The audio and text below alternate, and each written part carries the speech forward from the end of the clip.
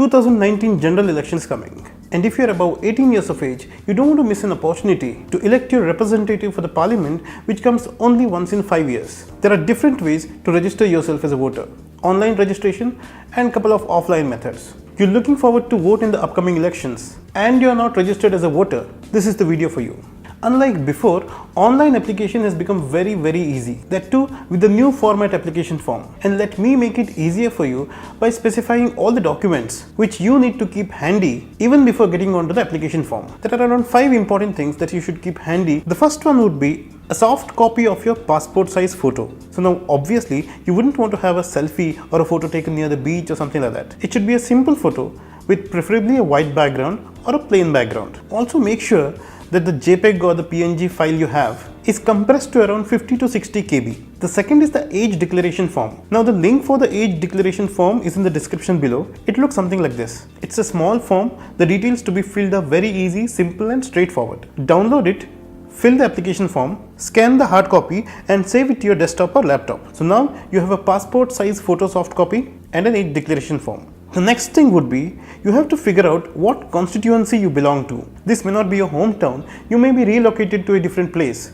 I think it's a good idea to ask people around you who are registered voters as to what constituency you belong to. So keep this information handy. This will be a very important information. There are a lot of documents which you can use as age proof. We have PAN card, Aadhar Card, driving license, birth certificate issued by the birth registrar's office, and in case if the school has issued a birth certificate, even that's fine, and class 10th marks card if it contains the date of birth. I've also heard that class 5 and class 8 marks card will work as age proof if it has the birth date, but then I'm not very sure about it. Then we have the address proof. So you can consider the passport issued by the Government of India, the driving license, bank passbook, current rental agreement, and any bill what you get for water connection, electricity, telephone, LPG connection for that particular address. So all the age proof and the address proof documents which I have mentioned here, you can also find it in the description below. The main link where you're going to apply for the voter ID is also mentioned in the description below. So once you have this information, it's pretty straightforward to fill the application form and track it online. See, this is how the website looks. So you have to click here, form 16, and then this is how the page appears. If it is defaulted to Hindi, then change it to English. So I'm going to update all random values here. So you have to just enter the valid information. One thing I would like to tell you, in the mandatory particulars, you have this name, surname, and as you enter it in English, that will be translated to your local language. So if you feel that whatever you're writing in English is right, but the translation is not perfect, then we have this keyboard icon. You can just click that, and once you see this online keyboard, then make the necessary corrections in the local language, and then you can move forward. Coming to selecting the age, instead of specifying what age you are, it's always easy to select the date of birth from the calendar, so you can do that. Basically we have to fill only the mandatory particulars, but there are 2 optional particulars which are very important and you have to fill that: email ID and mobile number. So these are the places where you will receive the tracking ID for this application. The age declaration form that I had mentioned initially in the video, this is where you have to upload that.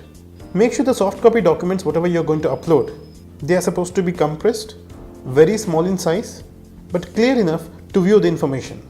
Declaration, this section is pretty straightforward. So once you fill the CAPTCHA and submit, it's done.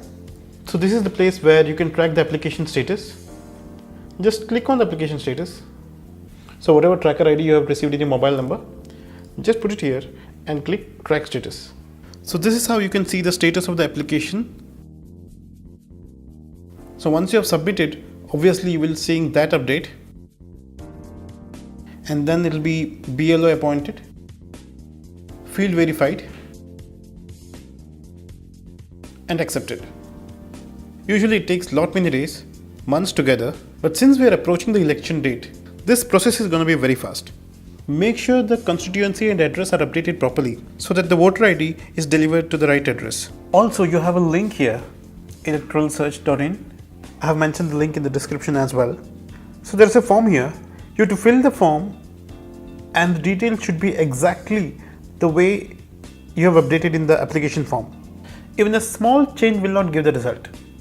So you have your name, your father's name or your husband's name, then your date of birth or what age you are, the gender, state, district, assembly, constituency.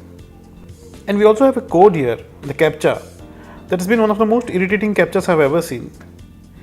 It's very difficult to figure out which is in caps and which is in small letters. I have tried this. With 100% correct information, you're going to get the results.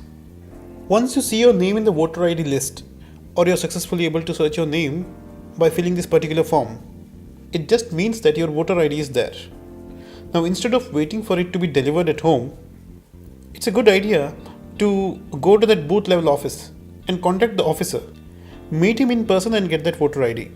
So the normal procedure for applying it offline is slightly tricky. According to most of Google search results, they say get an application form from the electoral registration officer or assistant electoral registration officer from your constituency. But frankly, it's very difficult to get to them. So you have to figure out the booth level office of your polling station. I'm from Bangalore, so for me, the nearest BBMP office would be doing the job. The form is free of cost. You can get it there, fill all the details and submit over there, or download the form from the Election Commission website. Fill the form and go to the nearest office and submit the form. You can also send them by post. The facility is there. But it's very unreliable if you are going to apply for the voter ID now.